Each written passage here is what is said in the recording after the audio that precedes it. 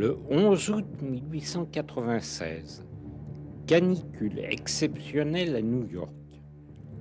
La température atteignit ce jour-là 44 degrés 4 et on compta 181 morts. 11 août 1958, chute à Strasbourg du plus gros grêlon jamais observé en France. Il pesait 572 grammes, mais on ne déplora aucune victime.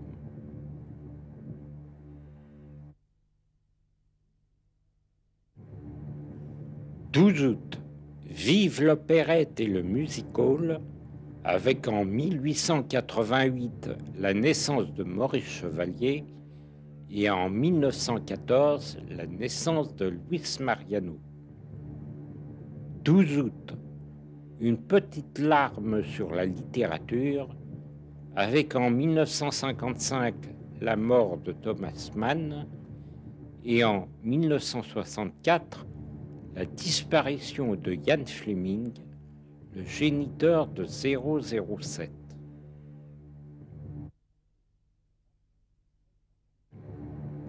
Au matin du 13 août 1961, les Berlinois découvrirent une clôture qui coupait désormais leur ville en deux. 1 an et 1 jour plus tard, le 14 août 1962, Italiens et Français se rejoignaient enfin sous le Mont Blanc. Le plus long tunnel routier du monde était percé.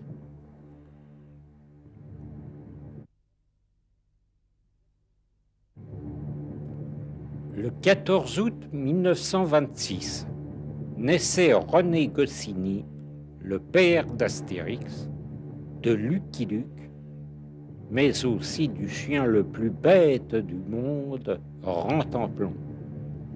Rien à voir avec Rintintin. C'est vous, Rintintin?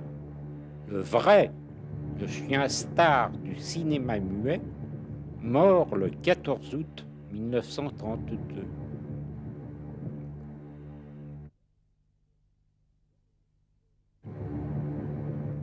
Lorsqu'il devint empereur en 1804, Napoléon, qui n'avait pas de saint patron, voulut en avoir un enfin, de saint. Alors on tira de l'ombre un Néropolis, officier romain de haute naissance et martyr, on le rebaptisa Napoléon, et on institua sa fête le 15 août, jour anniversaire de la naissance du petit caporal. Ce jour-là, tous les citoyens étaient tenus de chômer et de s'endimancher. C'est donc en l'honneur de feu l'empereur que j'ai mis aujourd'hui une cravate, comme tous les jours d'ailleurs.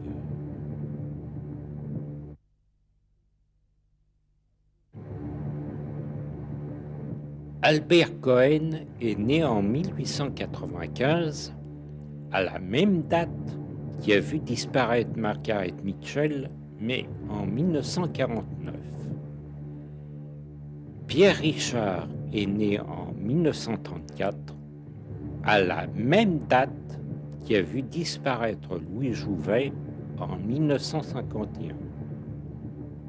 Louise Ciccone, Madonna, est née en 1958, à la même date qui a vu disparaître Elvis Aaron Presley en 1977.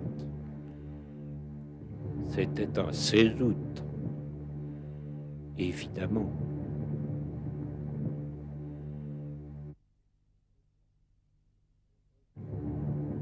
Aujourd'hui, 17 août, je vous parlerai de croquettes et de piquettes. Il ne s'agit là ni de cuisine surgelée, ni de vin d'appellation non contrôlé, mais de Davy Crockett et de Nelson Piquet, tous deux nés un 17 août en 1786 et en 1952.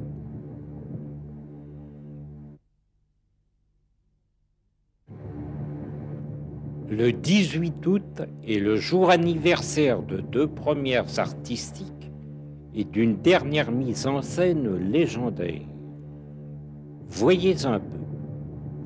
Jean Racine donna pour la première fois Iphigénie à Versailles devant le roi et sa cour le 18 août 1674, soit exactement 286 ans avant le premier show des Beatles dans une boîte de striptease de Hambourg et 303 ans avant l'enterrement du King Elvis Presley à Memphis devant 50 000 personnes éplorées.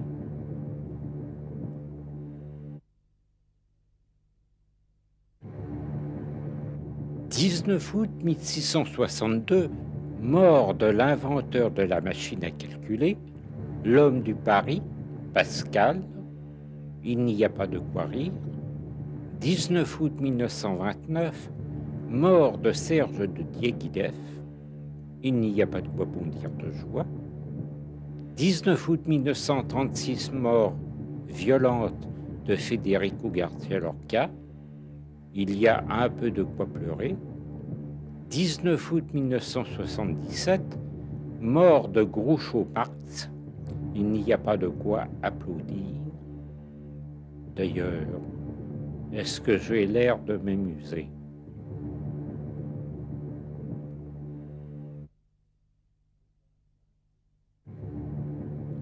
C'est un 20 août en 1838 que François Arago baptisa l'invention de Nicéphore Niepce du beau nom de photographie. C'est ainsi que Charles Baudelaire, condamné le 20 août 1857 à supprimer 6 poèmes indécents des Fleurs du Mal, apparut en noir et blanc et en négatif dans l'atelier de Félix Tournachon, dit Nadar. Et c'est ainsi que nous nous souvenons de la tête, quelque peu amochée, de Léon Trotsky, assassiné à coups de piolet le 20 août 1940.